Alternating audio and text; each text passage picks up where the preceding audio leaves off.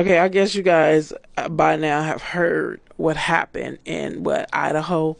You already know what goes down in Idaho. Don't it sound like Idaho don't let me shut up when people get upset.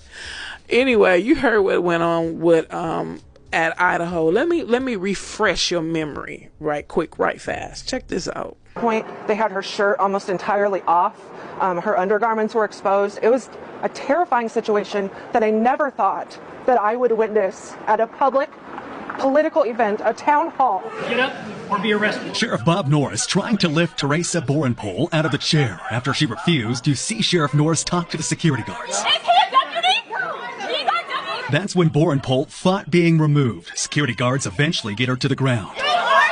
She was then dragged out of the auditorium. She still is sore and has, scratches and bruises and everything that you would expect from what she went through. But how did we get to this point? There was several people that were interrupting, but Ms. Borenpol was the most vocal of them.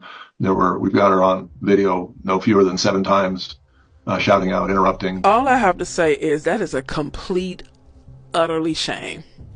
I don't know what was worse. Those 2 barbaric men coming manhandling a woman who had a right to speak, or everybody in that center that just stood by like big doofs and didn't say or do anything.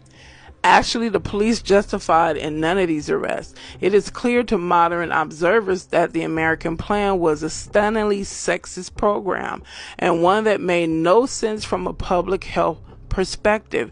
Nearly every person examined and locked up under these laws was a woman, and the vague standard of reasonable suspicion enabled officials to pretty much detain any woman they wanted. Records existed in archives that documented women being detained and examined for sitting at a restaurant alone, for changing jobs, for being with a man, for walking down the street in a way a male official found suspicious, and often for no reason at all.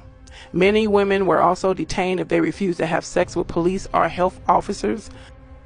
In the late 1940s, San Francisco police officers sometimes threatened to have women vaginally examined if they didn't accede to sexual demands. Women of color and immigrant women in particular were targeted and subjected to a higher degree of abuse once they were locked up. Writer Adria Dworkin, who was arrested at the age of 18 when she attended an anti-war demonstration outside the United Nations building in New York City. After being strip searched and forcibly examined by 2 male doctors, she bled for days afterwards.